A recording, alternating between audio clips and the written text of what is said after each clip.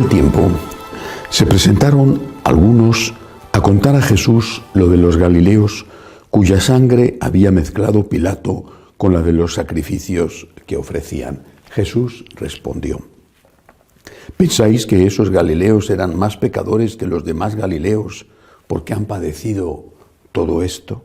Os digo que no. Y si no os convertís, todos pereceréis lo mismo. O aquellos 18 sobre los que cayó la torre de Siloé y los mató, ¿pensáis que eran más culpables que los demás habitantes de Jerusalén? Os digo que no. Y si no os convertís, todos pereceréis de la misma manera. Y les dijo esta parábola: uno tenía una higuera plantada en su viña y fue a buscar fruto en ella y no lo encontró. Dijo entonces al viñador: ya ves, 3 años llevo viniendo a buscar fruto en esta higuera y no lo encuentro. Córtala. ¿Para qué va a perjudicar el terreno? Pero el viñador respondió: Señor, déjala todavía este año, y mientras tanto yo cavaré alrededor y le echaré estiércol, a ver si da fruto en adelante, y si no, la puedes cortar. Palabra del Señor. Gloria a ti, Señor Jesús. Qué lección tan importante nos da el Señor. Pero para entenderla bien hay que entender la mentalidad judía, por lo menos la mentalidad judía de aquella época. Para ellos, o para muchos de ellos al menos, las enfermedades, los problemas económicos, cualquier tipo de sufrimiento era un castigo de Dios. No hay que olvidar que un sector de ellos, los saduceos, no creían en la vida eterna. Y por lo tanto, el premio o el castigo lo tenía que dar Dios en esta vida. El premio con salud, con dinero, con éxito, y el castigo con problemas. Por lo tanto, cuando una persona sufría, ellos miraban a esa persona no como una víctima de sus pecados o como una víctima de unas circunstancias misteriosas, sino como alguien que estaba siendo castigado por Dios. El sufrimiento era señal de castigo. Dios le ha castigado. O haciéndose la pregunta a uno mismo: ¿por qué me castiga Dios? ¿Por qué? ¿Qué he hecho yo para merecer esto? Incluso las preguntas pueden ampliarse. ¿Por qué a mí, que intento ser bueno, me castiga Dios con esta enfermedad o con esta desgracia? Y en cambio a ese otro, que es manifiestamente malo, le van bien las cosas, sus hijos están bien, tiene dinero. Preguntas que se quedan recogidas de una forma admirable en el libro de Job. No voy a contar ahora la historia de Job, pero creo que es suficientemente conocida. Las desgracias que caen sobre Job son interpretadas por su mujer, por sus amigos, como una señal de un castigo de Dios por algún pecado oculto, porque Job no tenía pecados manifiestos. Algo has hecho mal, si no Dios no te puede castigar. Todas tus desgracias se deben a tus pecados. Esta concepción está profundamente metida en nosotros, en nuestro instinto, en nuestra naturaleza. Estaba también, repito, profundamente metida en aquellos judíos, incluso en los apóstoles, no así en la Santísima Virgen, pero sí en los apóstoles. Y esto está en la raíz de la crisis de fe que experimentan los apóstoles, los seguidores de Jesús, repito, no así María y ni siquiera las otras mujeres, pero sí los apóstoles, y por lo cual, junto al miedo, dejan abandonado a Jesús en la cruz. Si esto está pasándole, es porque Dios no está con él. Si Dios está permitiendo este castigo, es señal de que este no es Dios, de que este no es lo bueno que nos parecía, de que Dios no respalda sus pretensiones de divinidad. Si los milagros apoyaban esas pretensiones, la cruz significaba justo lo contrario. Y repito, entre las dudas de fe que les entraron y el miedo que tenían, dejaron solo a Cristo. Pero eso también nos pasa a nosotros, o nos puede pasar. Yo he escuchado esto muchísimas veces, incluso de muy buenos católicos, y en algunas ocasiones ha generado una respuesta de alejamiento de Dios.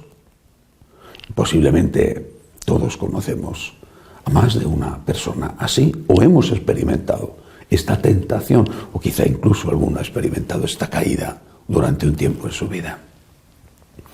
¿Por qué Dios permite esto? ¿Por qué Dios lo permite?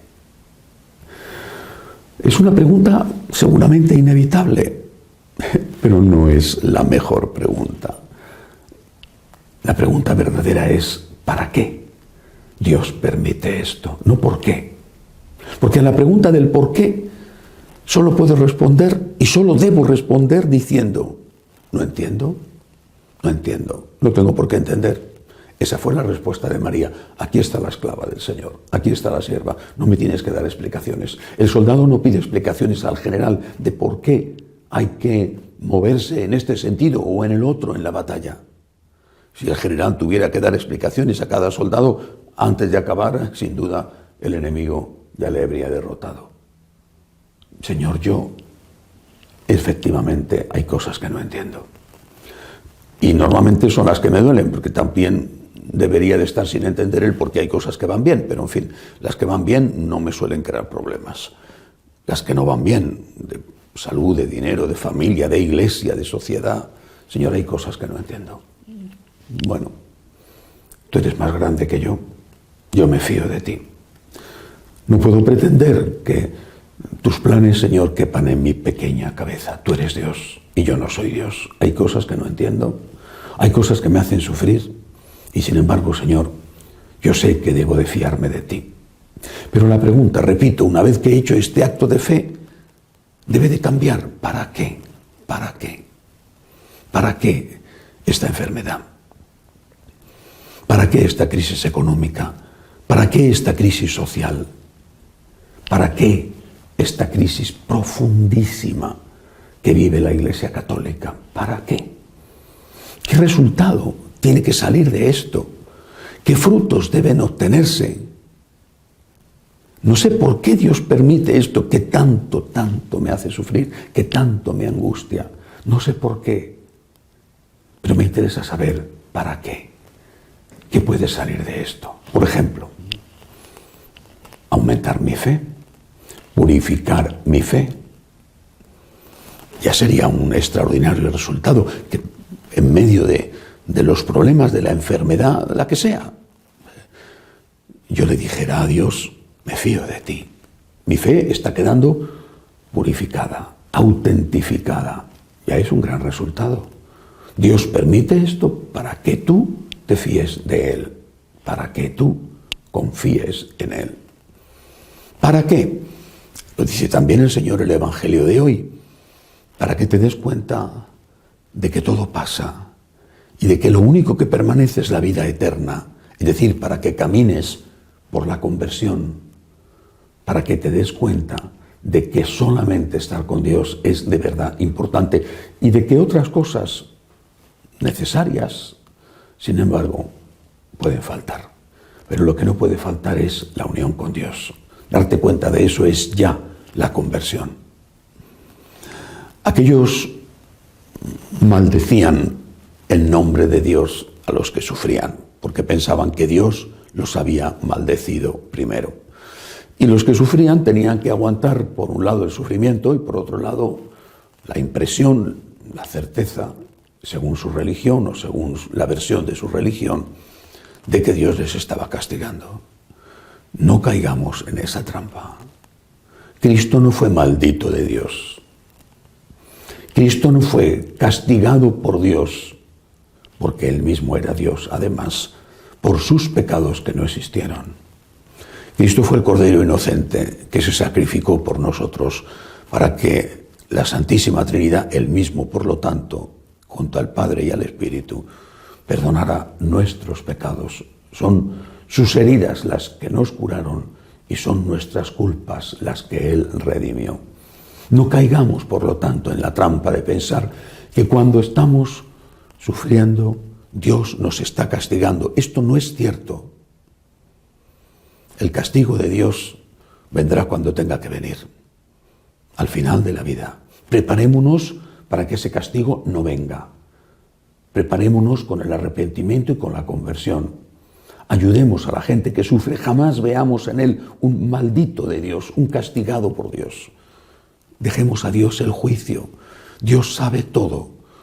Dios sabe los antecedentes, las circunstancias agravantes y las circunstancias atenuantes. Dejemos a Dios el juicio. Nosotros no maldigamos al que sufre, no consideremos que es alguien castigado por Dios y no nos consideremos así a nosotros mismos. Hagámonos la pregunta que debemos hacernos: ¿para qué? ¿Para qué? ¿Qué fruto puede salir de esta situación? Demos ese fruto que el Señor espera, porque el Señor nunca nos va a abandonar. Que así sea.